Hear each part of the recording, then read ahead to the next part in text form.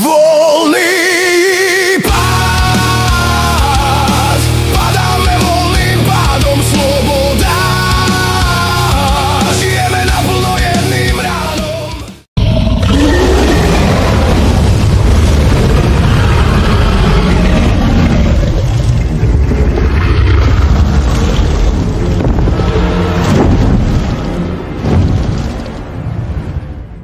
Ahoj Marek. Ja a môj tím ťa pozdravujeme do Slopnej. Do tej Slopnej, kde sa vyskytla najväčšia ilúzia, ktorú by nevytvoril ani sám Copperfield, ani Chris Angel. Marek, sledovať tvoju digitálnu stopu bolo ako hrabať sa v tých najväčších v tej najväčšej žumpe. Tvoje pokusy o úspešný život sú naozaj úsmevné. Keby to nebola realita a holý fakt. Nie je ti kokotno zo samého seba? Druhý najväčší vtip je asi ten tvoj titul, ktorý máš uvedený ako riaditeľ združenia. Ináč ohľadom toho združenia sú tam dve trestné veci. Prvá je ten titul a druhú si nechám na potom. Však dopracujeme sa k tomu. Nie, že by to bolo trestné, čo som teraz spomínal, ale vzhľadom na ten tvoj právnický tím, by si to mal asi vedieť, či nie? Či teraz vytiahneme kartu, však ale ja som debil, ako Adela? Sorry, musel som. Lebo v archívoch špecky na považí máš krásne fotky. Ináč verejne dostupná databáza, nič trestné. A stalking si nechaj. Ani ho nevyťahuj. Ty si v tom predsa extra trieda. Vieš, čo by ma zaujímalo? Aké to je sa ráno zobudiť a premýšľať, koho identitu teraz použijem? Majtán a tak. Akože premýšľam, že pána bakalára oslovím osobne a opýtam sa ho, že či je spokojný s tým, akú reklamu mu robí človek, čo používa jeho meno. A že to je kamoš a on mi to dovolil? Chlape, osobne. Keby som mal takého kamoša, tak už není. Myslím kamoš, hej. Zasa by sme sa chápali, však buďme normálni. Vieš, lebo tie tvoje vyhrážky a nadávanie, urážanie ľudí, to je digitálne známe. A to, že zo seba robíš to, čo nie si, tak to je tiež kapitola sama o sebe. Policajt, vojenská stráž, lesná stráž, klamstvo. Hasič, organizátor superpohára, ukradnuté veci, klamstvo. Nemáš na to školu a ani vek.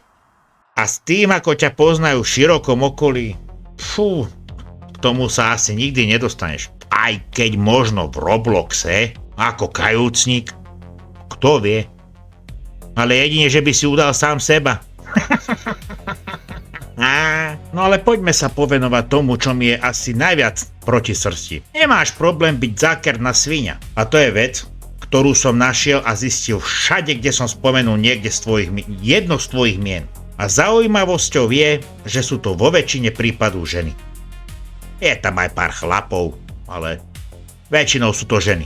Naivne si myslíš, že keď mobil nie je na tvoje meno, alebo auto nie je písané na tvoje meno, že sa to nedá dohľadať a zistiť. Však sa ani neštujem, že nič nie je na tvoje meno, vzhľadom na tie niekoľko tisícové dlhy, ktoré máš na sociálke a na zdravotnej. Brácho, vážne by som ti povedal, že začne používať ten horný mozog.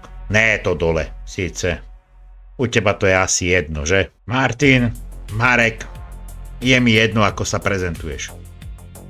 Mám o tebe naozaj všetko možné. A aj nemožné.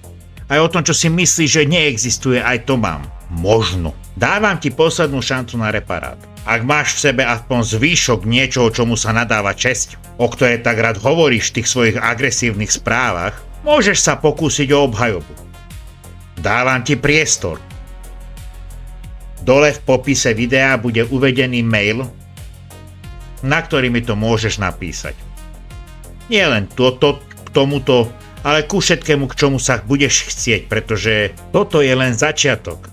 A bude toho viac, pretože je toho strašne veľa. Nedával som sem teraz žiadne screenshoty, nič. Len čisto informácie o tom, že viem a máš šancu sa obhájiť. Takže nech sa páči, napíš a poprosím ťa, buď slušný. Žiadne vulgarizmy, nadávky, vyhrážanie sa právnikmi, lebo ďaleko nepochodíš. I ako náhle sa mi vyhrozíš, Je mi to ľúto, ale pôjde to všetko von. A som zvedavý, že potom ako sa budeš tváriť. Takže čus a čakám na správu.